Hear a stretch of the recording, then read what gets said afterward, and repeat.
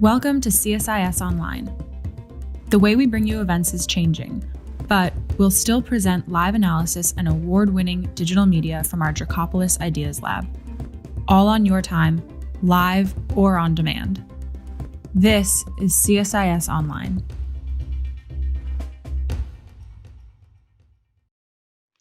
Good afternoon, everyone. Thank you so much for joining us here for the 4th Annual Future Strategy Forum. We began back in 2018 with an in-depth look at the future of force. Then we examined the future of statecraft in 2019. Last year, the pandemic took center stage, and we discussed the future of conflict and cooperation in the time of COVID-19. This year, we are very pleased to explore the future of national security and technology, and we have a brilliant lineup of keynote speakers and panelists who will unpack the issues associated with emerging technologies and warfighting, statecraft, and nuclear weapons. Plus, we will talk about technology in a changing international relations landscape.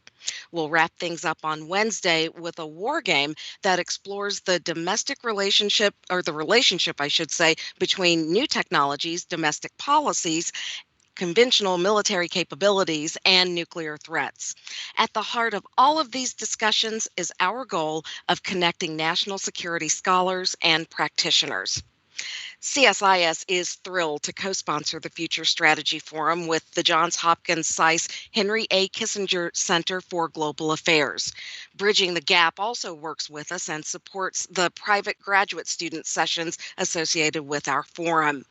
All of the public conversations here will be posted to the CSIS and the Kissinger Center websites. We also, new this year, have a dedicated website, futurestrategyforum.com, where this content will also be posted.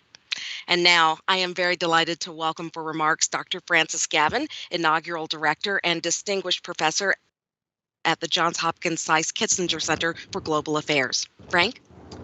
Thank you, Bev. It's always such an honor to co-sponsor the Future Strategy Forum with CSIS's Smart Women, Smart Power, amazing team.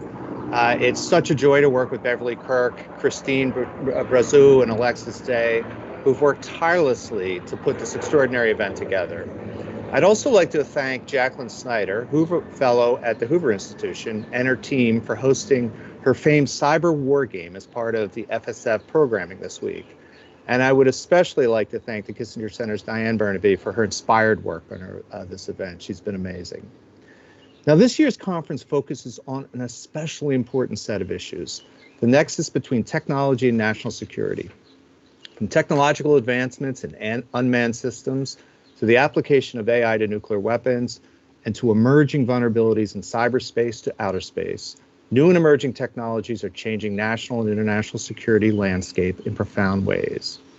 We are proud to bring together such a distinguished group of scholars and policymakers who bring expertise and new perspectives to the conversations on the future of statecraft and warfighting in an age of disruptive technologies. We're also extremely proud that our panels feature mainly women's voices in two fields, national security and technology, where female perspectives are often underrepresented. I'd now like to give the floor to Julie George and Suzanne Freeman, two of the very talented leaders spearheading the graduate student committee that helps plan the conference. Before I do, I'd like to recognize Julie, Suzanne, and our amazing student committee for all the time and effort they've put into making the Future Strategy Forum program a success. Julie George is a PhD student in the government department at Cornell University and a panelist in our first panel, Emerging Technology and Warfighting. Suzanne Freeman is a PhD student in security studies, my old home, at MIT, and a winner of special recognition for her submission to the Jan Nolan competition with an absolutely outstanding article you will be seeing in a future Texas National Security Review. And with that, Julie and Suzanne, over to you. Thank you, Dr. Gavin, for the very kind words, and our partners at CSIS and supporters at Bridging the Gap for helping put together what promises to be a thought-provoking and impactful next 3 days with the Future Strategy Forum. I'd also like to give a warm welcome to everyone tuning in today, especially graduate students who are in the middle of final papers, grading, and finishing up their dissertation projects to partake in FSF 2021. My name is Julie George, and I'm a PhD candidate at Cornell University specializing in international relations. I'm also very fortunate to be a part of the graduate student team as a strategy co-chair, working alongside Suzanne Freeman, Emma Campbell-Moan, Leah Matchett, Nina Miller, Tara Chandra, Eleanor Freund, and our inspiring co-founders, Sarah Plana and Rachel Teacott. It is an honor to be a part of the organizing committee and to have another year with our growing cohort of bright, talented graduate students who push frontiers with their scholarship and writing. Along with our partners, we have been planning this forum for the past year on key technologies and their prospects for growth, increasing relevance for our diplomacy and warfighting needs, and numerous uses in our daily lives. From this year's forum, we hope that graduate students in particular know that they are a key stakeholder when it comes to analyzing questions of technology and security. Graduate students, among others, will participate in the interactive war game on Wednesday, share insights on a conference-related series, and continue to elevate the voices of the next generation of scholars. For many of us, we are writing dissertations, research articles, and teaching classes on emerging technologies. Over the next few days and weeks to come with FSF, we hope that everyone, especially graduate students, are not only open, but respond to these pressing topics on technology and warfighting, statecraft, public-private partnerships, and policy. I will now turn it over to Suzanne Freeman, co-chair of Management Affairs, who will discuss what graduate students can do beyond these timely conversations on technology. Over to you, Suzanne. Thank you, Julie. My name is Suzanne Freeman, and I'm a PhD student at MIT. I have had the pleasure of working with Julie and the other members of the Graduate Student Organizing Committee alongside our partners at CSIS, the Kissinger Center, and Bridging the Gap to put together this year's conference. Thank you also to all of our panelists for agreeing to share their thoughts with us. The Future Strategy Forum is unique not only because it elevates underrepresented voices in international security and advances the debate in international relations, but also because it is a partnership between senior scholars and graduate students. This is especially important this year as we focus on a topic vitally important for our shared future, emerging technology. After over a year spent at home with our computers, I have realized more than ever that technology is a topic that touches all of our lives and a topic that we will need to understand and address together through cooperation between policymakers, the private sector, and academia. Our graduate student cohort, a set of emerging scholars in technology and national security from across the country, will continue these conversations that begin today at the Future Strategy Forum in smaller groups throughout June. And we hope that you will walk away from these 3 days with new insights on technology and national security to bring to your own work. I will now turn the floor over to Dr. Frank Gavin, Director of the Kissinger Center, to introduce our keynote speaker. Thank you so much, Suzanne and Julie. We're honored and truly grateful to launch our conference with a keynote of recorded remarks from Anne Neuberger, the Deputy Assistant to the President and Deputy National Security Advisor for Cybersecurity and Emerging Technology. As recent events have demonstrated, there's hardly a more important issue in American national security, nor is there a better person who's better placed to help us understand the challenges we face. Anne Neuberger joined the National Security Agency more than a decade ago and served as the agency's Director of Cybersecurity since 2019. Prior to her assignment as Deputy National Security Advisor, Anne served as the Chief Risk Officer and the Director of the NSA's Commercial Solutions Center, responsible for the NSA's interface and partnership with the private sector. Prior to that, she served as a Special Assistant to the Director of the NSA, and also served as a leader of U.S. Cyber Command Implementation Team, which led to the planning and stand-up of U.S. Cybercom. Prior to joining NSA, Anne served as the Navy's Deputy Chief Management Officer and a Special Advisor to the Secretary of Navy, with responsibility for guiding the Navy's enterprise IT systems. Anne first joined the government in 2007 as a White House Fellow, working for then Secretary of Defense Robert Gates. Before entering government, Anne was Senior Vice President of Operations at the American Stock Transfer and Trust Company. So someone with extraordinary background and incredible insights. Her remarks will be given in a 15-minute pre-recorded video, which is outstanding. Stay with us after the video for our first panel, Emerging Technology and Warfighting. Thank you. Hello, I appreciate the opportunity to speak to you, the women of Smart Women, Smart Power initiative, delivering remarks during a time that's predominantly defined by physical distance, juxtaposed with a dramatic increase in technological interconnectedness, is a fitting backdrop to a discussion on the nexus between technology and national security. While we're more reliant than ever on our technology, safeguarding its cybersecurity remains a challenge. Public and private sector entities are increasingly under constant, sophisticated, and malicious attack from nation-state adversaries and criminals. The stakes could not be higher. While technology can be leveraged to facilitate participation in democratic processes, accelerate financial inclusion, improve healthcare, and advance human rights and rules-based order, it can also be used by authoritarian regimes to advance mass surveillance, facilitate arbitrary detention, and systematize oppression. No conversation about technology and national security would be complete without touching on the core geopolitical dimensions of this issue. Talking more about that, competition with China is a central challenge that will define the 21st century. China seeks to use all instruments of national power to mount a sustained challenge to a stable and open rules-based international system, and it seeks to equal or supplant the United States in the technologies of the future and how we use the technologies of the future. Beijing works to propel state champions to dominant positions in the global market, all while reducing China's dependence on foreign countries and foreign companies, and simultaneously increasing their dependence on China. But this is no ordinary competition. Beijing is leveraging economic instruments and cyber intrusions to advance its objectives and to eliminate the strategic and technological gap. Beijing sees U.S. government and commercial networks as particularly rich targets because we're such a source of innovation and creativity, and as such is aggressively working to compromise those networks to gain that innovation and intellectual property.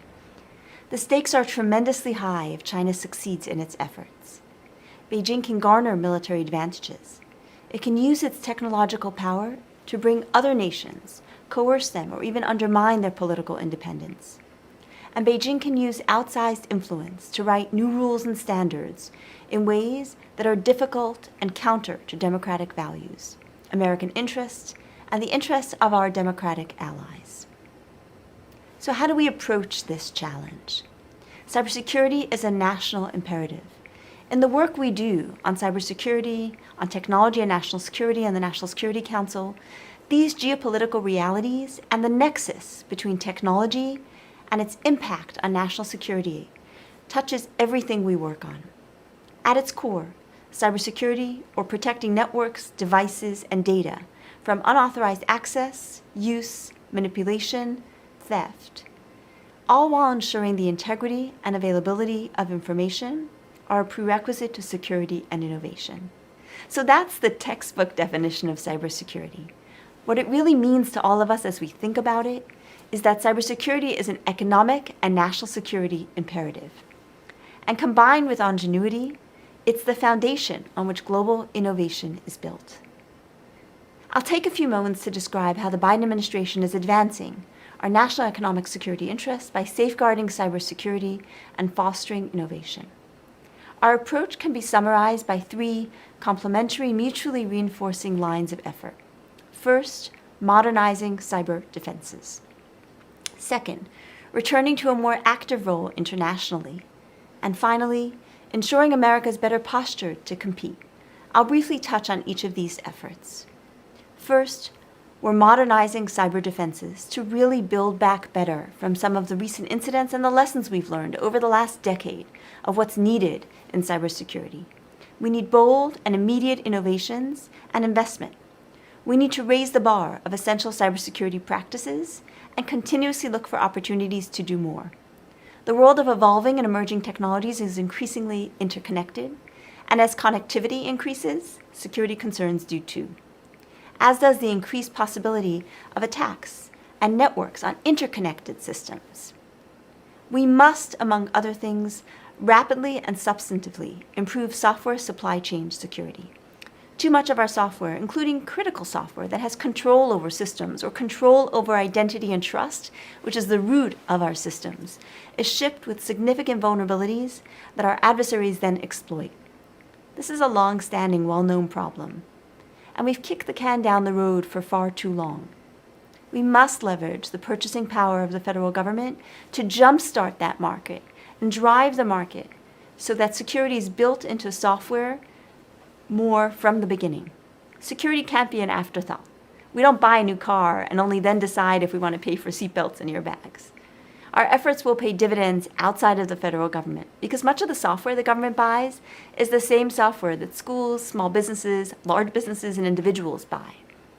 So while we're starting with federal networks, we can't stop there because many of the systems that run our critical infrastructure, the systems that deliver the gas that heats your homes, and the electricity that powers your schools, our schools, was built during a time when we didn't plan for the interconnectivity and related cybersecurity risk we see today.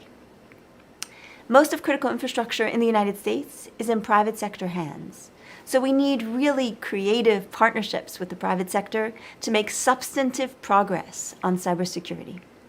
Earlier this month, the administration announced a pilot program in which we're working with electric sector leaders to modernize cyber defenses, a program that will facilitate private sector efforts to install new technologies and systems that provide near real-time visibility, detection, and blocking capabilities to protect the technologies on which our critical services depend. This is the first step of a series of efforts we will be working on to ensure we can trust the systems underpinning our critical infrastructure. What does trust mean in that context? Trust means having the level of visibility needed to detect and block a threat that matches the consequences if that system is degraded or disrupted. We need that level of visibility to see malicious cyber activity in time to block it if it could cause degradation or disruption of a critical system. That's the goal we've set for our critical infrastructure efforts in partnership with the private sector and broadly working, coordinating across the many agencies in the U.S. government who play key roles. Our second line of effort is revitalizing America's global leadership role. While we modernize our cyber defenses and safeguard existing infrastructure, we're also strengthening our global partnerships to counter adversaries that leverage technology to undermine national and global security. Technologies like 5G, artificial intelligence, and machine learning, quantum computing, advanced manufacturing, semiconductors and microelectronics, space technologies and biotechnology are vital to our national security and economy. The administration is coordinating with allies and like-minded international partners through initiatives like the Quad Security Dialogue to develop, promote, and protect the security of these critical technologies and counter adversaries and competitors that may seek to use them to undermine our economic prosperity and national security. We're also collaborating with our allies and partners on efforts to counter cyber threats and hold malicious actors accountable. As one example, as you may have seen, we built a coalition of dozens of countries to support our attribution of the SolarWinds intrusion to the SVR and bolster our actions to hold Russia accountable for its malign actions in cyberspace. I'll quickly speak to two other efforts: 5G, or the future of the Internet, and countering ransomware. 5G. We must, as a global community, advocate for the use of trustworthy, critical information and communications technology. 5G is the future of the Internet, the future of an Internet where use of its technology reflects our values of rule of law, civil liberties, and respect for privacy. The Internet economy has flourished worldwide and dramatically improved access to information and productivity. And this is a direct result of Internet standards that were open and consistent with predictable and fair governance. 5G will replace what's today landline cable access because of its enormous improvements in bandwidth and latency. We must be able to trust that the equipment and software we use will not introduce risks that threaten our national security as a country or individually, our privacy, our protection by rule of law, and human rights. That trust can't exist where information and communications technology and service providers are subject to an authoritarian government which lacks an independent judiciary and rule of law to protect companies and consumers. This view has been consistent across U.S. administrations and is shared among many of our allies for good reasons. So like U.S. administrations before the Biden administration, we'll continue to advocate for the use of trustworthy communications technology vendors, and we'll think hard about ways to jumpstart the open standards ecosystem. I'll shift to talking a bit about countering ransomware. One of our earliest global initiatives will be a cooperative effort to counter ransomware. Criminals and some nation-states use ransomware to target everything from individuals, utilities, hospitals, and large companies. Extortion through ransomware, with larger and larger ransoms, presents a national security threat, in part because of its devastating human and financial consequences. International cooperation to address it is critically important because transnational criminals are most often the perpetrators of these crimes, often leveraging global infrastructure and money laundering networks to do it. Finally, the administration will ensure America is better postured to compete in technology and beyond. While we secure the technology and infrastructure of today, we must invest and facilitate the innovation of tomorrow. We find ourselves at an inflection point. Federal investment in research and R&D is at its lowest in decades as a percentage of our GDP, and the President is committed to reversing this trend to ensure America remains a global leader in emerging technology. The American Jobs Plan includes a proposal to invest $180 billion in R&D of new and emerging technologies like quantum computing, AI, and microelectronics. This investment is a significant down payment on the future of American innovation. The American Jobs Plan also includes proposals to secure critical supply chains on which our technologies rely, including investing $50 billion in domestic semiconductor manufacturing and research. Before closing, let me speak to a few particularly important areas where we must be postured to compete: quantum computing and artificial intelligence. Quantum computing promises to revolutionize certain unsolvable computing problems across a variety of military and civilian applications, from pharmaceuticals discovery and healthcare to advanced materials and batteries to machine learning. As a very recent example, the miraculous development of a COVID vaccine in a very short time frame are as much a computing achievement as they are a biochemistry innovation. Quantum computing may fundamentally accelerate similar innovations. Quantum computing will be disruptive in other ways too. It can fundamentally disrupt cybersecurity and the technology platforms on which it's built, while offering new vectors to compromise critical information systems and networks with potentially devastating impacts on certain encryption methods like asymmetric encryption, the foundation of our economic and national security communications. That's the encryption upon which our internet rides today. The President's plan reflects a commitment to accelerate U.S. leadership in quantum computing and quantum information science more broadly, while protecting the country from the adversarial use of these technologies. Finally, AI. We must establish ourselves as leaders and innovators in artificial intelligence because it'll be an ever-present enabler for analytics and innovation across functions across every sector. Through AI solutions, we'll be able to better leverage the significant data sets available to government and industry to inform decision-making that can drive growth of the economy, enhance our national security, and improve quality of life. As with other technology, AI has promise. AI can also be abused, including by irresponsible actors and authoritarian regimes. The federal government will continue to drive efforts with industry and international partners to realize the full technological potential of AI, foster trust in responsible and secure applications of AI, and invest in the American workforce to ensure that we can leverage AI to its greatest potential. Renewing America's advantage, not only in AI and quantum, or even technology broadly, but across all elements of our country, is a core premise of the Biden administration's national security strategy. By making these investments, we're confident that we can approach the world from a position of strength and take on any challenge, whether harnessing the promise of emerging technology or outcompeting China. In closing, thank you for inviting me to share our thoughts on the nexus between technology and national security. It was a great opportunity to also sign up for the Smart Women, Smart Power podcast and gain from the wisdom of so many other women and other speakers.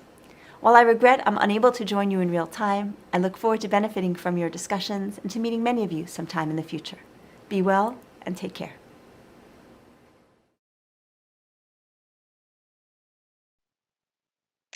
Good afternoon, everyone, and thank you for joining us for the first panel of the Future Strategy Forum on Emerging Technologies in Warfighting. The Future Strategy Forum is sponsored by CSIS and the Kissinger Center at Johns Hopkins SAIS. I'm Sarah Plana. I'm a PhD candidate at MIT, a fellow at Harvard Kennedy School this year, and currently a non-resident senior associate at CSIS. Most of my research involves examining military organizations and proxy warfare, as well as gray zone conflict. But I am delighted to be here to moderate a conversation with these four experts from academia, the policy world, and the private sector. So first up, we have Ivana Hu, who is the CEO and partner of Omelas, a technology company that leverages machine learning, artificial intelligence, and data analytics to understand security and influence threats. She has years of experience in technology ventures that intersect intelligence, military, and defense communities. Next up is Dr. Nina Kollars, who is an associate professor in the Cyber and Innovation Policy Institute at the U.S. Naval War College.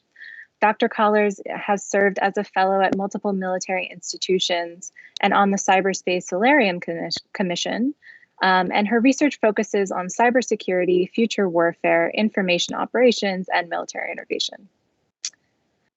Dr. Ulrike Franke is a senior policy fellow at the European Council on Foreign Relations, where she leads its Technology and European Power Initiative. Her research focuses on European security and defense and the impact of new technologies like drones and artificial intelligence on geopolitics and warfare. Finally, we have Julie George, who is a PhD candidate in the government department at Cornell University, where she researches emerging technologies and international security.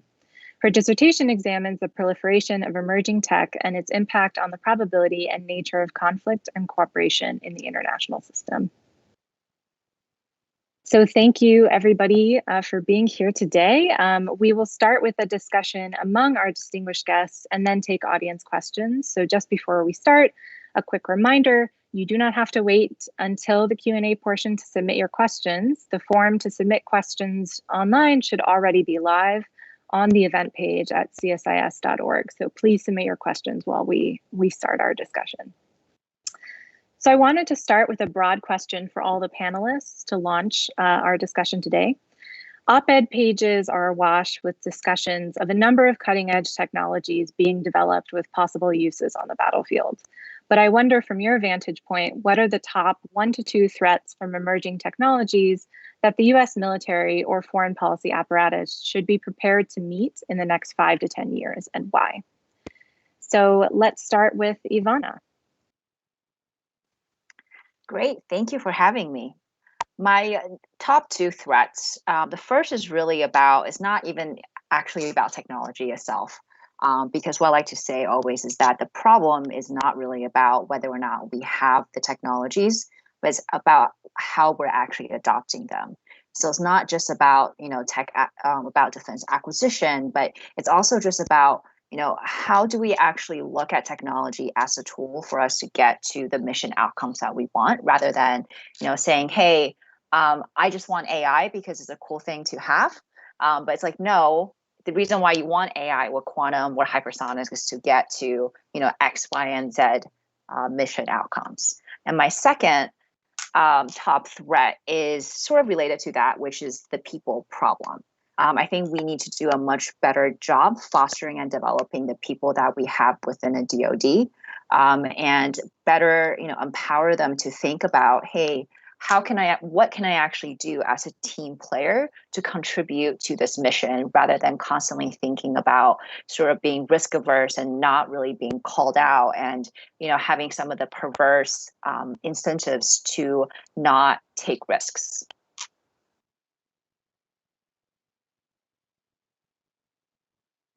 Nina? Oh, thanks. So I want to also just, Ivana, I couldn't agree more, right? I mean, one of the major issues with military innovation, whether technological or administrative or policy oriented, is really often revolving around how we implement and how we integrate, right? And so in particular, when we talk about Department of Defense issues, in particular with the United States, we're really talking about you can go as far as you want with the technology, and you said the classic three, right? Hypersonics, quantum, and AI. You can get as far as you want with those, but until you get to implementation and battlefield use, you really just don't have very much.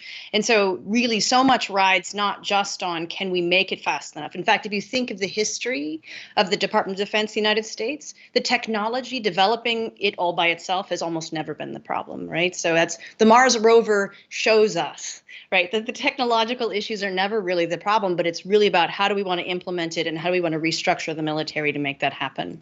But I'll say a couple things about cyber anyway. So I think from my perspective, from inside SciPy, our Innovation Institute, I think in the next 5 to 10, it's really about cyber capabilities, and it's not about the offensive one, it's about the defensive ones. And so cyber, I mean, I think for all we make out of the offensive tools, cyber is effectively the art of using our own vulnerabilities against us, right? So we have all of these networks that we plan to implement and use in modern warfare. There's you may have heard of things like JADC2, the Joint All-Domain Command and Control. So all of those systems require information and data flows. And so one of the things that we need to be thinking about is not just how do we leverage that to fight, but how do we make those secure and resilient and redundant enough so that they're available for fighting. And this is just purely from a DoD perspective. I mean, if we think about this across the domestic U.S. landscape, as we wake up this morning to some pipeline concerns with cyber, you know, there are supply chain and what we call ICT, information communications technology concerns all the way around. But one of the things that we need to be worrying about from a military perspective is the redundancy and the resilience of those systems should we decide we want to fight in some kind of modern warfare style, some sort of information-centric, all-domain, now I've added all the extra buzzwords, manner that we need to be thinking about DoD supply chain, ICT supply chain, and how to ensure that we can operate in those dense and congested networks. That's my primary concern. It's not about the offensive weapons. It's about our capacity to sort of deal with it gracefully. Thank you. Ulrike, do you want to respond? Sure, thank you. Good evening to everybody. You know, I mean, I knew that this question was coming, and I had this whole speech prepared about how it's basically impossible to say what the biggest threats are, and how I'm so happy to be a think tanker and not someone who actually needs to decide, you know, which things to fund and which not to fund, because I literally think it's impossible because there's several kind of layers of uncertainty. However, kind of talking about this for 5 minutes is a bit of a cop-out, I guess, the think tanker cop-out. So I thought I'll flag two other things as the kind of European on the panel.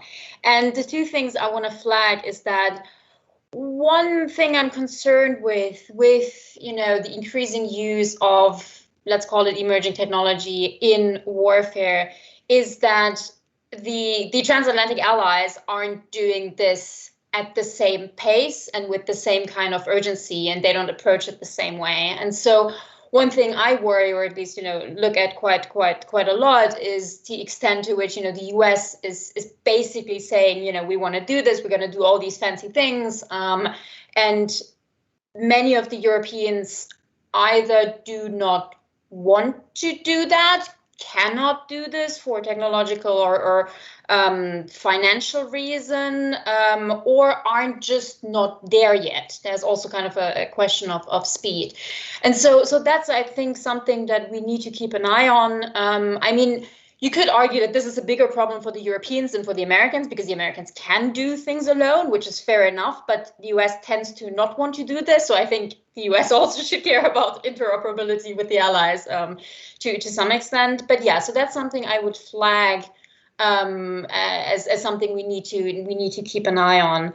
And the second bit is also more political, which is about the kind of the way that the current great power competition between the US and China seems to be playing out a lot through technology. I mean, both military, but also technology more broadly. And I mean, there's only so much we can do about it, but I do worry slightly about some of the rhetoric that comes out of the US in recent times. I think the most striking example, and I think it was a good report, but still the most striking example of this was the recent report by the National Commission on National Security Commission on AI. The kind of 700 plus pages, which very much conveyed this urgency of, we need to dominate, we need to beat China, there's this whole thing. And I think, again, from a European point of view, there's a certain worry that this conflict is becoming exacerbated by the technological competition. And as much as I tell the Europeans to kind of care more about this and think more about power politics, I also kind of want to tell the Americans to maybe tone it down a little bit, to not kind of create a conflict where we don't need to have one, at least at this point. So yeah, this is the kind of European view on the European take, let's say, on these issues. Thank you. Yeah. And Julie. Great. Well, first, thanks so much for this opportunity. And my colleagues bring up really great points about these top threats, about cyber and other emerging technologies. In 2018, the National Defense Strategy pointed out that U.S. national security would be impacted by a number of technologies. And we pointed some of them out right now in this discussion about advanced computing, big data analytics, AI, autonomy, robotics, hypersonics. The list goes on and on and on. And it's in discussion of how we can fight and win these wars of the future. But I think what's really important is that it's not just the United States that faces these technological developments. There are other key strategic competitors, and Ulrike and Nina and Ivana have already alluded to some of these. I think one of the top threats from cyber and emerging technologies relates to the fact that there are a great number of actors beyond states. There are also non-state actors that have quick and easy access to technologies, low financial capabilities to get them, and for the most part can be anonymous in nature.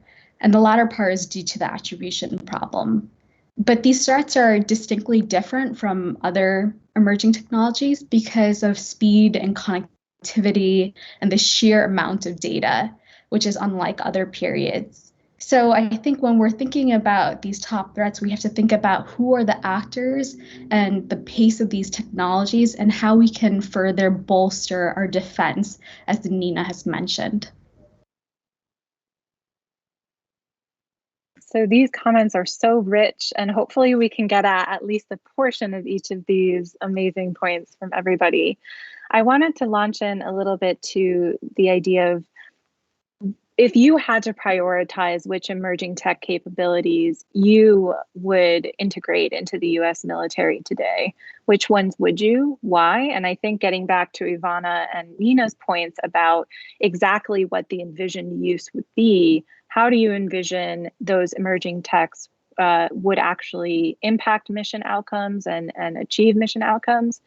And what transformations in force structure, doctrine, training capabilities, and plans would be required to implement your proposition? So maybe we can do reverse order of what we just did. Julie, if you want to launch us off. Sure. So I think there are two aspects to this really great question. First, with respect to the US, the Department of Defense invests in AI have grown from $600 million in 2016 to $927 million just last year. And there are over 600 active AI projects. So I think one important consideration is that we need to prioritize and continue to design a strategy for educating service members in relevant fields to AI. In fact, tomorrow we'll hear from a key member from the National Security Commission on AI who will talk about the assessment of military relevant AI technologies. But I also think the second aspect is that the current DoD ISR enterprise does not yet possess the readiness to effectively support operations in the gray zone or support combat operations in a highly contested environment. I think there's always room for improvement. And so I think what we need to think about further is how do we enhance situational awareness, aid rapid decision making, and reliably find, fix, and target elusive targets deep within the enemy territory. And so I think the aim for the future is that the DoD ISR enterprise really needs to gain access to data from multiple domains, think about how these delivery systems are going to be a key part in the years to come, and possess a workforce that can execute these missions. Anyone can jump in, but if not, we can go to Ulrike. Sure. So I'm working primarily on kind of AI-enabled capabilities. So I wouldn't kind of claim to be able to to say everything about whether it should be hypersonics or cyber or anything else. But in the AI-enabled realm, I'm gonna say I would recommend the US or other militaries that can to look quite a bit into swarms and swarming capability. The reason being swarms, so I mean the kind of, several units, it can be drones, it can be other things working together as one and kind of being able to carry out operations as one. So we're not just talking mass and let's say mass drones, but really kind of systems working together. And the reason why I chose swarms is because it kind of ticks two boxes. Number one, a lot of the AI enabled capabilities we think about make capabilities more efficient, sometimes cheaper, better, faster, all of this, which is all great. But what usually is the most revolutionary thing is if you can come up with real new military capabilities, like things you couldn't do before. And of all the things I see in the AI-enabled realm at the moment, and I'm really saying at the moment because a lot can happen, but at the moment I say that swarms kind of tick this box best because I think here we really have an opportunity for kind of new military capabilities. You can imagine, kind of all these so-called kill nets. You can kind of occupy territory almost with swarms. You can do waves of attack, all these kind of things. And the second box it kind of ticks is this point about it's not just the technology, it's how you use it. And from what I can see in the literature, swarms is one of those things where we actually have thought about quite a bit, and there are some ideas about doctrines and how to use it much more than maybe for other capabilities. So yeah, I think that's the one I would kind of flag, and I know that obviously a lot of people are thinking about this now, writing about this, and this is quite far advanced, but I think there's a good reason for it. So I have to say that I love how all these answers are like beautiful, interconnected, but also like shockingly different. I'm always like, oh, they're always going to say my answer, right? So I've got two. One of them, I think, just purely from a cyber perspective, with the exception of very small parts of Cyber Command, what we call JFHQ DODIN, or the Department of Defense Information Network. It's all private sector all the way down. It's all COTS all the way down. And so the way in which we do cyber defense better is really just about all private sector stuff, right? It's really about upgrading our operating systems beyond Windows XP or unsupported platforms. So I think enough is being said about that we can hopefully make those relationships work and do a far better job of incorporating the private sector into how we defend. I think the other thing that's been on my mind, and a shout out to a tremendous space scholar named Sarah Monero, who puts me onto these thoughts because I'm not a space scholar.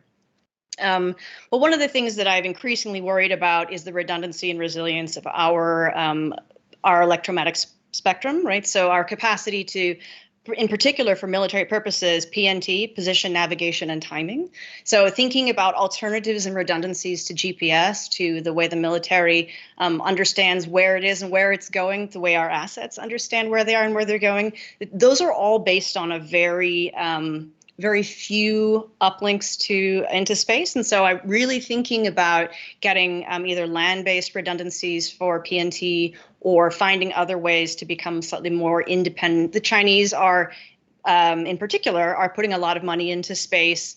I know that I'm not terribly excited about the militarization of our space assets because, of course, all of our communities are dependent upon them. But I'm not excited about it, and yet here we are. So I would say I think if we're going to put a lot of money into one thing, it's definitely thinking very carefully about P&T and how to make sure that it's there. Thank you.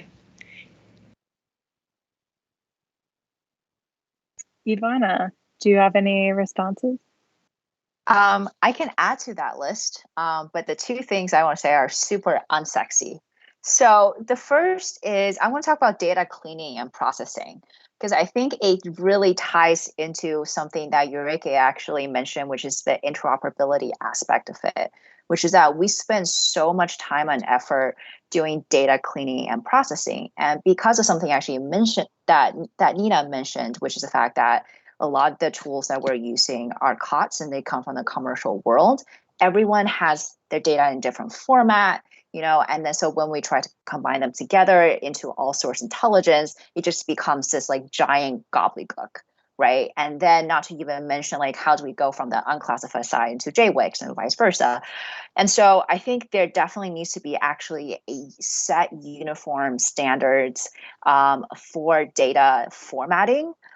This is something that the primes are very much against, which is understandable, but I think something that we definitely need to think about, especially moving forward in some kind of contracting regulations or something similar, right? And the second thing I want to add is really about supply chain. We're talking about, a lot of these software and hardware things are really cutting edge, but a lot of that is really based on critical supply chain. And we've seen what has happened in the past couple of years, but the conversation around supply chain has been going back at least 10 years, just that no one really cared about it in the beginning. But now we're starting to experience the ramifications of it. And so that's something else that we really need to think a lot about. And it's not just about, something was made in China, because just because something is made in China, it doesn't make that into like a national security risk. So we also need to be a little bit careful about that aspect too. Can I just say, I think it's the kind of pointing out the unsexy stuff is the sign of real expertise. So this whole, as Nina was saying, redundancy and resilience, and as Ivana was just pointing out, data cleaning, like none of this, sounds super exciting, but it's the underlying infrastructure and the underlying architecture without which nothing works. And so yeah, I very much second that point, and I think it's really important.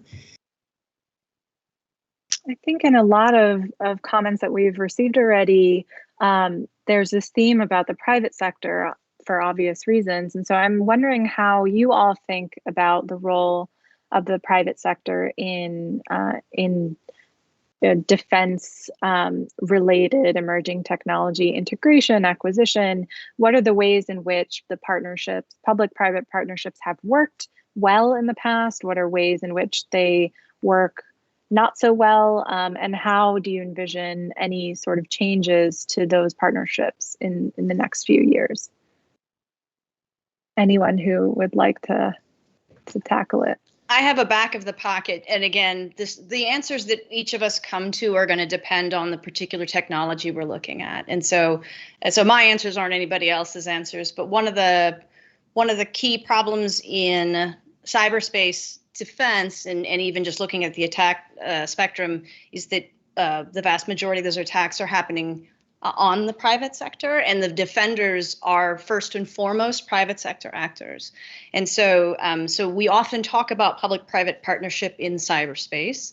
DoD in particular has tried to sort of express, and in fact the federal government's been trying to express sort of the need for good relationships and information sharing.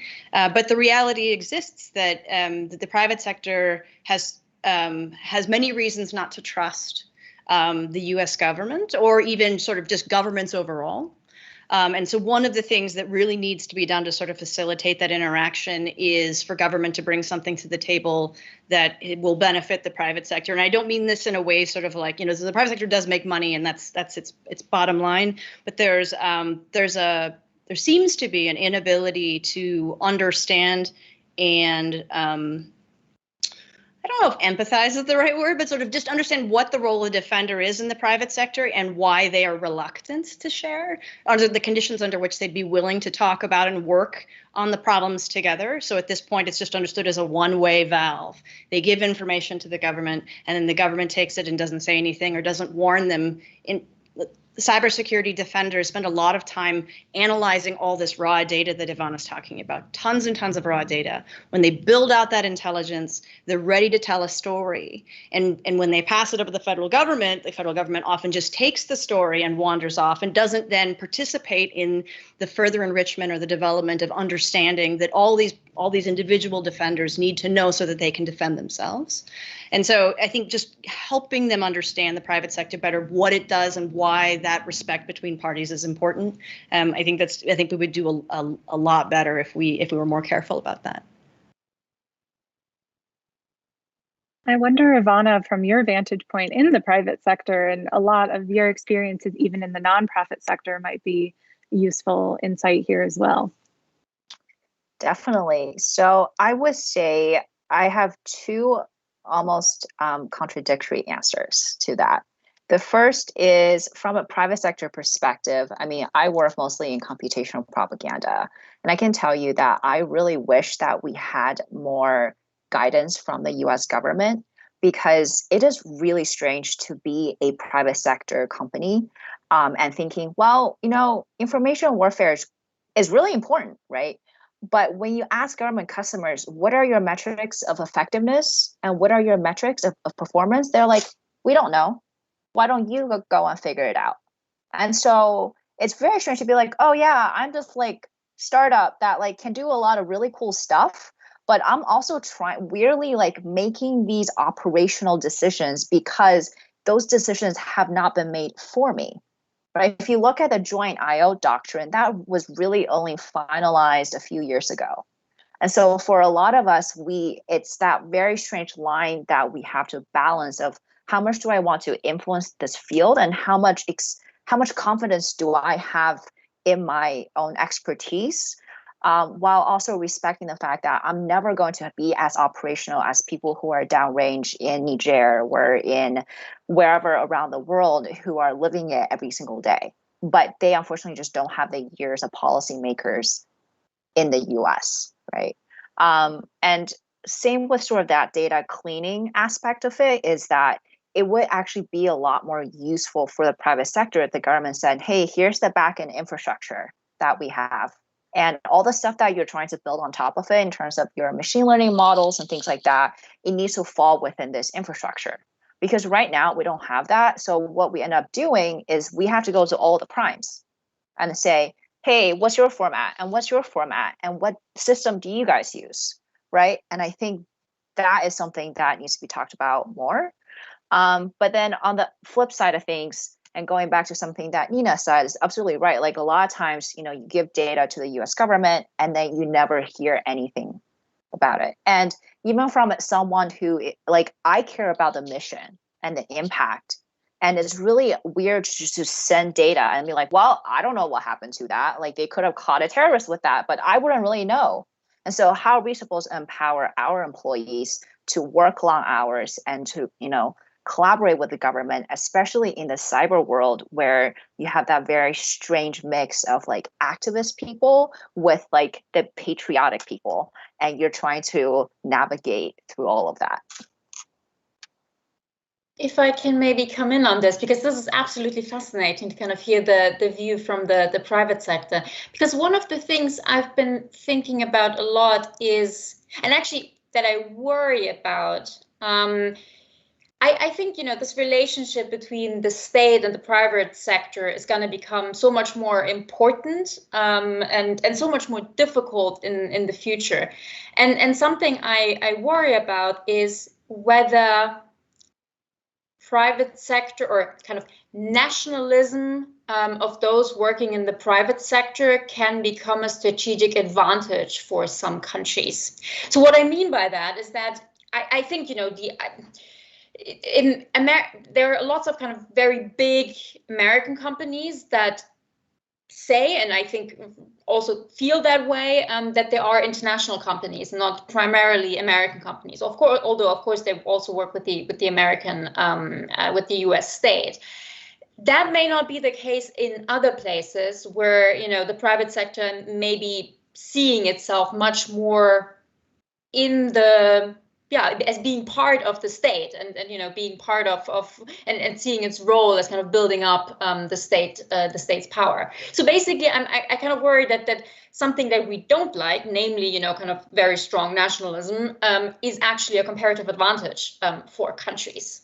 So yeah, that's kind of a very meta point, and not so much, you know, what can we do, but that's something I look at or worry about a bit. Could I just add to this question? I think that this is really important, the relationship between the private sector and the US military. So of course we know about the DoD and the Defense Innovation Unit, which works with, you know, looking at commercial companies and solving national security issues. Something that Ivana brought up was this like lack of communication. And I think that's really important. I just like to underscore it.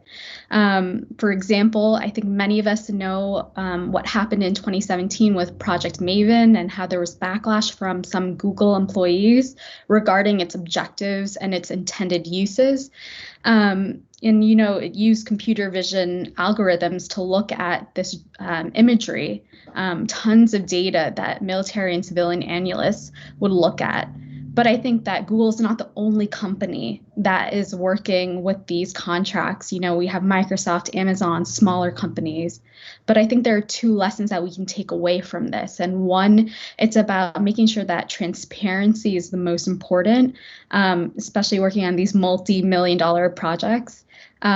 Two, that there should be sufficient vetting on both sides, from the military and from the private sector. I mean, today, a Wall Street Journal article came out about JEDI and this cloud-based initiative and how there's weighing of litigation between Amazon and Microsoft. So again, I think this goes back to a need of transparency and sufficient vetting before we're diving deep down without looking at our steps.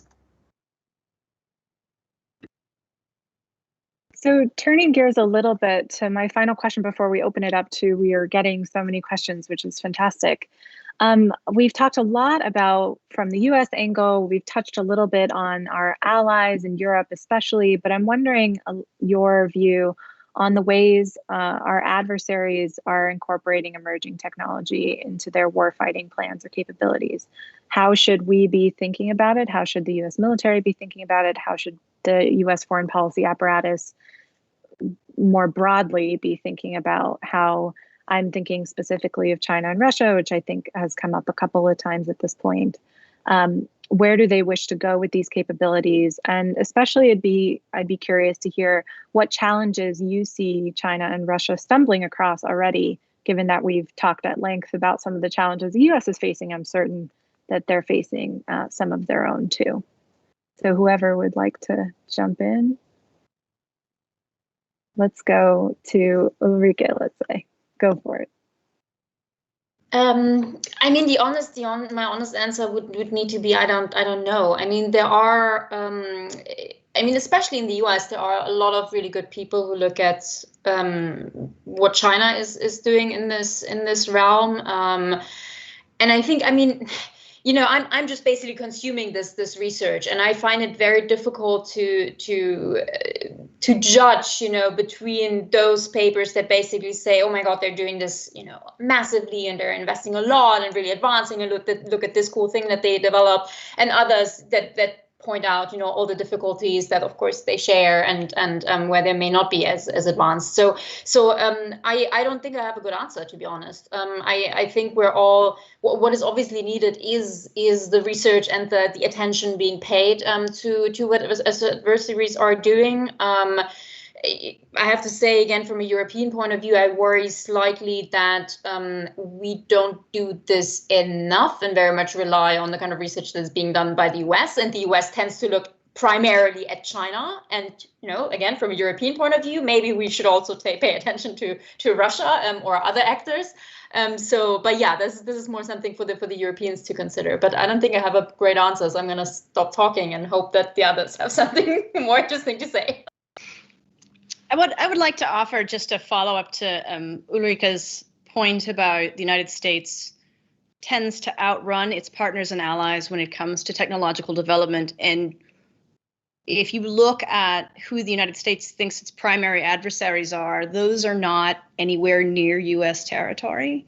And so outrunning our partners and allies technologically is a really big problem, right? Because in theory, we're playing in their backyard and not in ours. And so I can't say that enough. And I just want to make sure that we come back to that point at some point.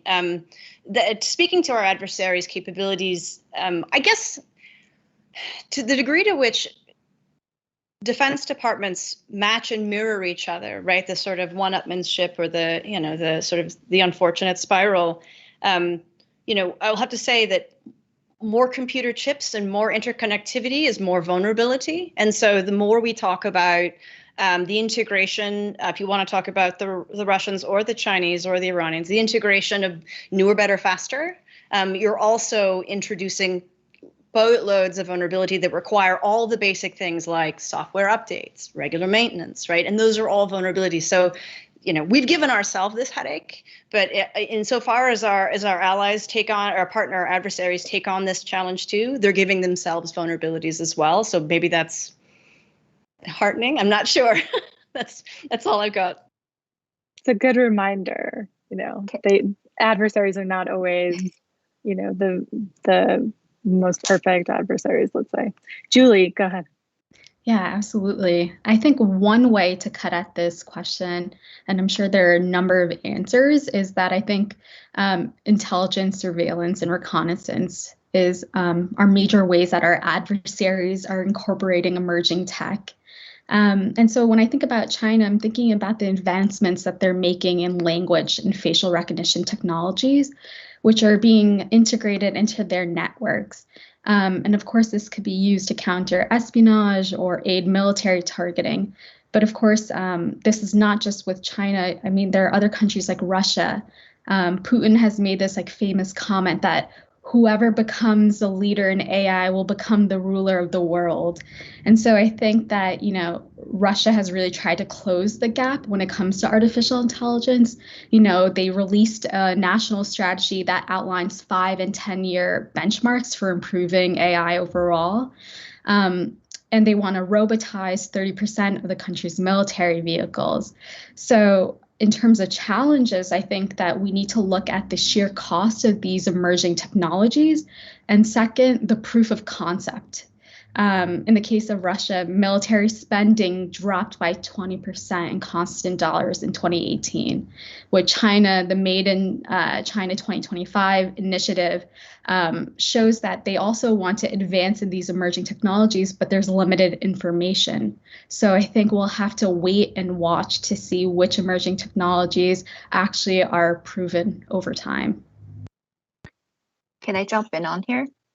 Okay, great. So I first want to go back to Nina's point about the vulnerabilities, because a lot of these systems, the thing about authoritarian states is typically they're running on 1 or 2 systems, right? So once you can get in and you figure out those vulnerabilities, you get a lot more than if someone, for example, just hacked into one of our CII, because they're not going to get everything.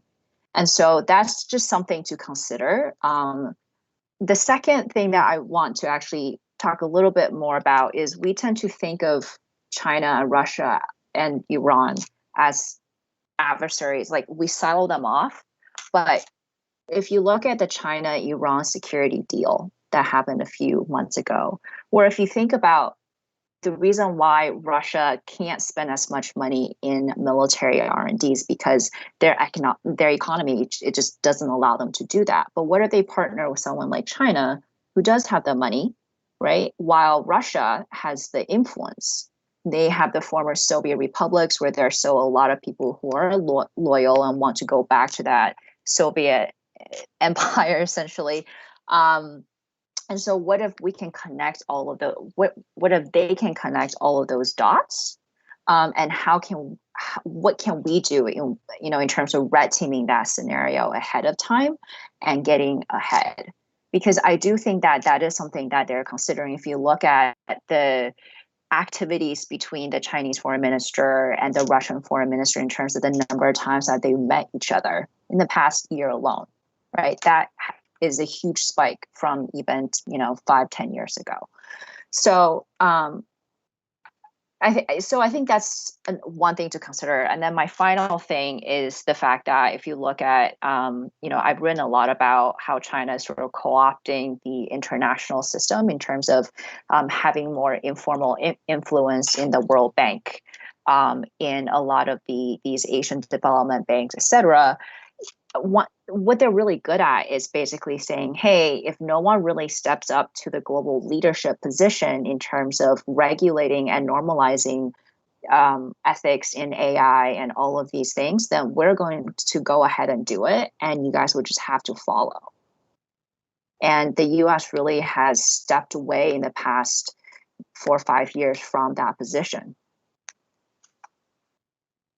I very much agree with what Ivana just said, and maybe just to kind of add a final point, maybe a bit of a warning, because I think it's so easy to kind of worry about what opponents and adversaries may be doing, right? And again, you can see all these reports about how much money they're investing and what they have come up with and all of that.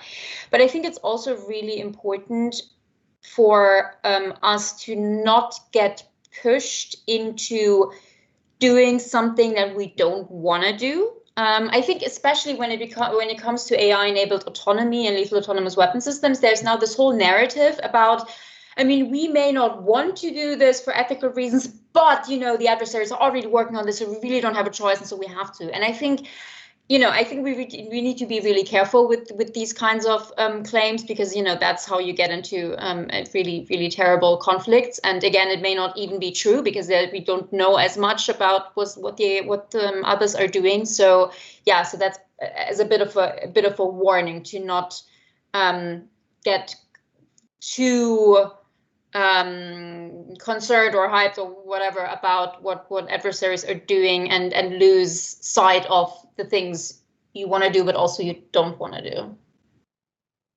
So on this point, we actually have a question that's a little bit related. So on opportunities for cooperating or at least coordinating with the so-called adversaries. So Hiroaki, sorry if I'm mispronouncing this name, asks, what aspects of emerging tech and security domains in combat should be addressed in upcoming dialogues between the US and Russia, the Strategic Stability Dialogue, and any comparable dialogues with China? Whoever would like to address that first. Ivana? Biogenetics.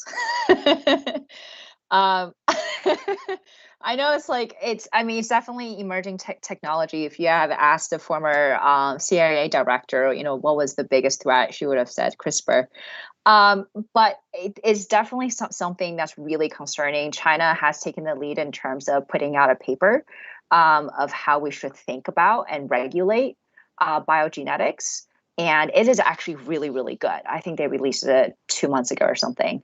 And I think we need to continue to have a lot of these conversations because it impacts all of us. And then, of course, there is climate because it affects all of us. But I do really like the point, about how we should not constantly think of those three main actors as adversarial. Even at the height of the Soviet Union or at the height of the Cold War, we still collaborated with the Soviet Union on the International Space Station. So to Ivana's point also, and I think Ulrika's been sort of jumping up and down on this one as well, which is just because the United States sees certain countries as adversaries, that doesn't mean our partners and allies see them that way. So when we start sword rattling so aggressively, it makes it harder for us to work with our partners and allies who are managing different sets of relationships, who are in entirely different geopolitical environments. And so rather than, if we can find opportunities to find synergy, even if it feels superficial, although I have to agree with Ivana that the biogenetics is really important, we are hurting our alliances by drawing deep and dark lines between ourselves and our competitors. Let's put it that way, right? And so I think we need to be careful, because it's not just about making better relationships with people we consider to be our adversary. It's about creating tensions for our partners and allies that puts too much stress on our capacity to work together. So again, I love this question for this reason, and I'm thankful somebody asked it.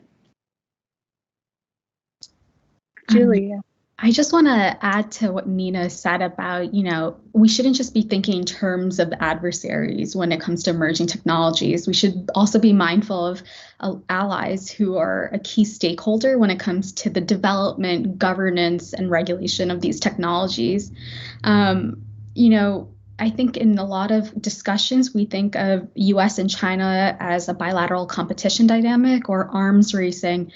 And I think that conversation can sometimes be exaggerated. I think we should also be considering how our allies also play a role, an important role here. So just in terms of like research and development, I think this is a place where states can work together and allies can come together to think about how emerging technologies can be used for different uses and how they can be regulated over time, because collaboration is going to be the way forward. And so we should be considering these factors. I agree with all of those. To add 2 more points. So if you ask me, like, what should the US and Russia and the US and China be talking about, I'd say, so 2 things I would like to see in the discussion is, number 1, autonomy. And I think there's actually a common interest for pretty much everyone, but especially the big powers, to kind of not go too far in terms of autonomy. And in these discussions, I wouldn't emphasize so much the ethical elements. I'm not saying they're not important. I'm just saying that the common interest point are more the security concerns. We don't want a situation where we can have an accidental escalation that no one wanted, and we find ourselves in a war because we have autonomous systems that react to each other. I think that should be rather clear. So that's one bit I would like to see in the discussion. And the other bit is, and I think this is particularly probably a discussion between the US and Russia, think about and talk about technologies that may end up undermining or endangering the nuclear stability. Not that, that system that we have at the moment is like the greatest on earth, but it kind of works for now. And so I think it could be really dangerous if the technologies are being developed that undermine, for example, second strike capabilities from an adversary, because that just kind of increases their threat perception so massively that, again, we may end up in a conflict we don't like. So yeah, these 2 things would be great to see in the discussion somewhere. I'm glad that you brought up nuclear stability, actually, because that is another question that we've received. Hiraki again asks, how can we address or reduce nuclear risks from dual capable nuclear forces, such as the threats of hypersonics that I know I've been hearing a lot about? Maybe we can start with Julie. So I think Hiraki brings up a really good point about, nuclear technology and security, because I think that this is an important issue. Enrique already discussed a point about this, but I think we can go even further about dialogue, because this isn't an issue that's inherent to one country alone. There are a number of issues that countries can come together to talk about how, for example, cyber is integrated into these technologies. So I think that, for example, China, Russia, and the US can have, for example, a trilateral dialogue on this. But this could also extend to other countries who are concerned about nuclear security issues and facilities and command and control systems. Accidental escalation is in nobody's interest. And I think, right, find any adversary who thinks that's a good idea. Accidental escalation is in nobody's best interests. And in particular, from a cyber perspective, right, cyber's been really complicated for people to wrap their minds around, in part because improper bounding of the question. But one of the clear norms that we should be fostering, one of the clear norms the United States and all of our partners and allies and our adversaries should be getting behind is no messing around in somebody's NC3, right? And it's because it's in everybody's best interests for that to be the case. And so I think, stabilizing it from a cyber perspective, and I know norms are squishy and difficult to build, but there's decades of existing norms that we can work on and extend. And so I think insofar as, and I don't generally work on nuclear questions, but this is the one space where, yes, we need to be talking about how to make this as transparent as possible, unlike critical infrastructure, which is obviously a lot more complicated. So I want to go to another question that we received from Eric from the US Congress, and maybe Ivana, we can start with you. How are info operations technologies such as micro-targeting of narratives impacting the art of conflict without kinetic warfare? That's a great question. And actually, it ties in with the previous question, which is we get a lot of is, I don't work on nuclear, but we always get a question of what happens if one of the world leaders actually believed in a disinformation campaign that actually escalates tension, right? And I think that's something that we're really concerned about, is the notion of cognitive security, which is, once you kind of fall into your echo chamber, it is extremely difficult for anyone to debunk that belief. So then you start to really go down your own rabbit hole of what you believe the world is and who you believe your adversaries are, and and how everyone around you, including your community, feels about certain things.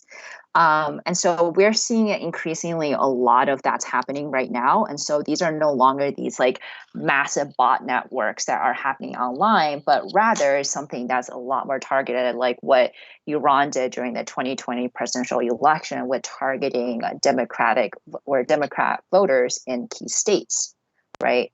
Because it's also not big enough to sometimes warrant a story from the media and action from Congress or from DOD, but it's just barely enough. I think there was a colleague from Harvard that did a study on information operations, and he said that while it does not escalate, it does have the tendency of, especially when you're already sort of on the fence about something, of sort of edging that person over the fence. But if you really look at escalation in terms of when we talk about kinetic or nuclear, it doesn't have that impact. But that kind of gets at the biggest problem in the info ops space, which is that we don't have very good metrics of effectiveness, because it's very hard to measure someone's cognitive decision-making process. We all want to believe that we're rational human beings, but we're not, and a lot of it, is driven by external factors and emotions and all of that. So how can you actually attribute, someone's changing behaviors to a specific campaign? And so a lot of info ops is kind of throwing spaghetti against the wall and seeing what sticks. I just want to jump in here and say that's a really great question also from Eric. I think that there's a number of issues with the sophistication of AI through deepfakes. And there's a lot of potential vulnerabilities here. Adversaries can deploy this AI capability as a part of their information operations in a gray zone conflict. It could be used to generate false news, reports, influence public discourse, and erode public trust, or even possibly blackmail government officials. So I think looking forward, what we could do a better job of is working towards advancing, labeling, and authenticating content. This could go to the extent of identifying the time and location of the content, or properly labeling the content that has been edited. But these are just some suggestions for how we can think about information operations and how we can best address the issues that arise. I think Julie, you're right.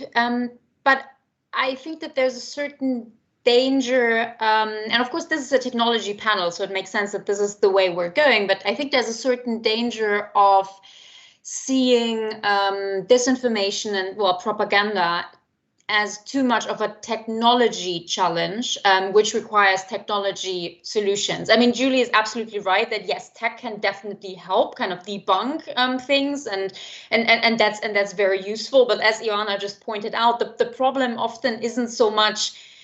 So often it isn't really about the truth, right? It is more about echo chambers and playing into this. And of course, propaganda and misinformation or disinformation predates all of the technology we're talking about by centuries, if not millennia. So yeah, in a way, I think technology can probably counter the technology aspects of disinformation, but not the problem in and of itself. And that's the kind of sad truth I see here. So I think one of the things that all of us have, most of us have friends who do American politics or domestic politics at some level, and they're probably screaming polarization at the screen right now. So the United States is in a uniquely interesting, heavily polarized moment, and it is a moment in which these kinds of techniques become most successful, right? You sow dissent when people tend to disagree.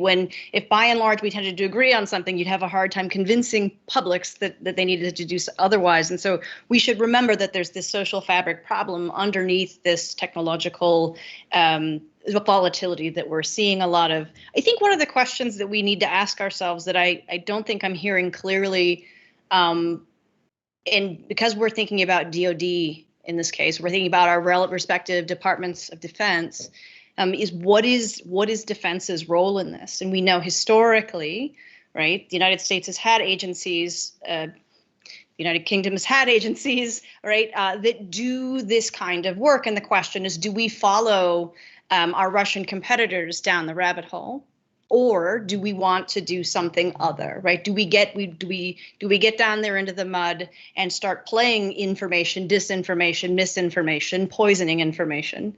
Or do we really need to think about what's a different path? And I don't have an answer to this question, but I hear murmurings, right? So, well, we should get them back the way they get us. And the answer is, I don't know if punching through information makes a lot of sense, but I think that it's a question that I would love to hear answers to that are thorough and convincing. Yeah, and also it's that question of like, can democracies with freedom of expression win against authoritarian states that have heavy censorship? Right. And like, I also don't have the solution to that. But I think, when it comes to and there have been a lot of conversations around what is the role of not just DoD, but of the US government?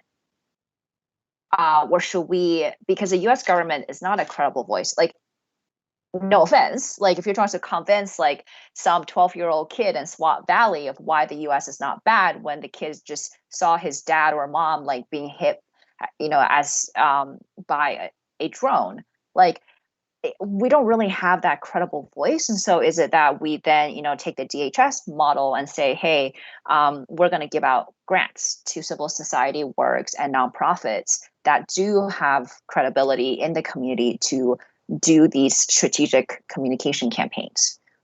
And I think I don't have a very good answer to that either. I know that the UK and NATO have also been grappling with that. NATO, in fact, is trying to make information like their 7th domain. I don't know if I'm counting that correctly, their new domain. Yeah. So with the remaining time, I wanted to flag, we have a series of questions that talk about other actors, non-state actors in the space. I know this has come up as a theme in our conversation already. Sneha from SAIS actually asks about any threats that you see from private actors using espionage for sort of competitive advantages in the market, or tapping into emerging tech for purposes, more nefarious private purposes as opposed to public purposes, which is what we're looking at now or have been discussing so far. But also on another more positive angle, let's say we have a question from Linda about the role of multilateral institutions, including the United Nations, in solutions surrounding emerging tech cooperation or coordination. So whoever would like to address either of those questions, we can start with Julie? I have a very short answer. Nina, go ahead. Yeah. Cryptocurrency mining, I think, has been one of the most disruptive.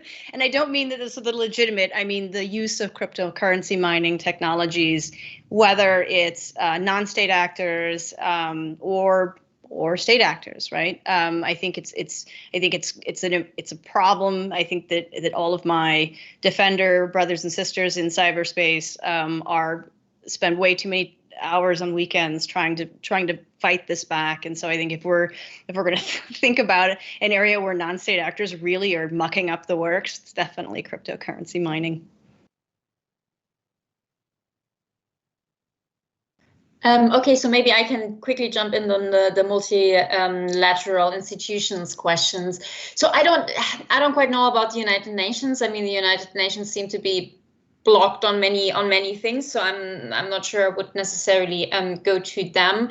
The one thing I would like to note is that we shouldn't try to reinvent the wheel when it comes to multilateral institutions these days. So especially in the whole kind of AI realm, there has been a lot of new forums that have been created, and I don't know or don't think that that's really so necessary. I think there are quite a lot of fora that exist and that we can use. I mean, NATO, most importantly, I guess, in our realm.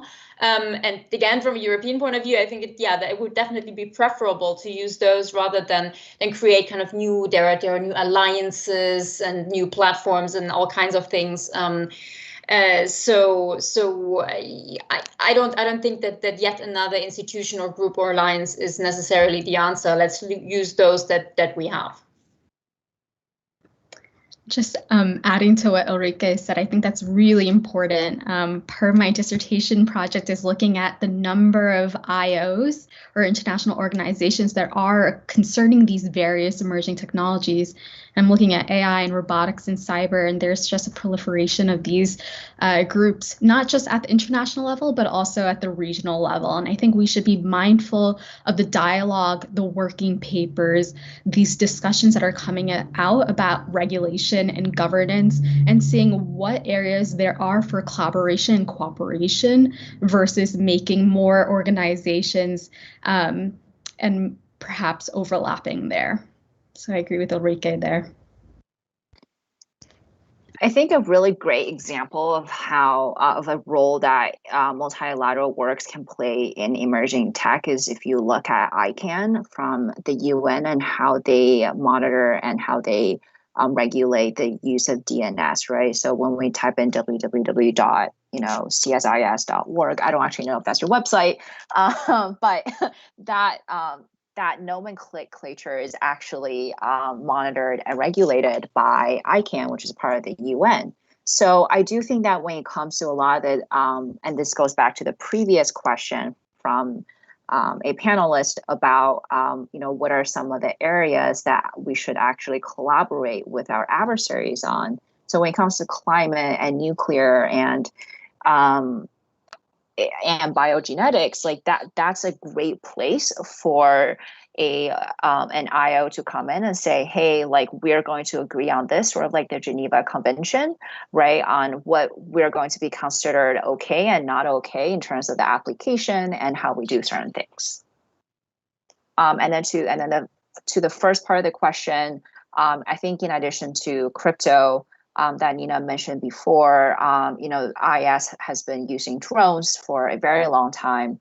And so they're already starting to adopt a lot of the additive manufacturing, which I think is something that we have not talked about, on this panel, even if you just look at the proliferation of ghost guns in the US. We were so close to ending on a positive note on cooperation, and then ghost guns is where we ended. But I think that's probably appropriate for this panel.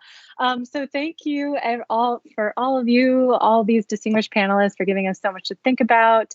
We talked at length about the need to close vulnerabilities and the defense part of a lot of emerging technologies, the risks of inadvertent escalation and making sure to be careful about nuclear stability, and also aspects of metrics of effectiveness, which as someone who studies effectiveness in other avenues and other issue areas, I was very excited to hear about as well. So thank you again for stimulating discussion, and to our audience for some really great and engaging questions. Please join us for the next panel in the Future Strategy Forum tomorrow at 1 p.m. Eastern on emerging technologies and statecraft. So we'll probably pick up on some of these themes of cooperation and multilateral institutions and the like tomorrow. So please join us for that. And you can find more information and the stream of any of these events. So if you missed any of them, on the CSIS website. Content's also available on our centralized website, futurestrategyforum.com, and the Kissinger Center website as well. So again, thank you so much to all of our panelists and everyone for a great conversation. Thank you. Thank you for having us. Thank you so much.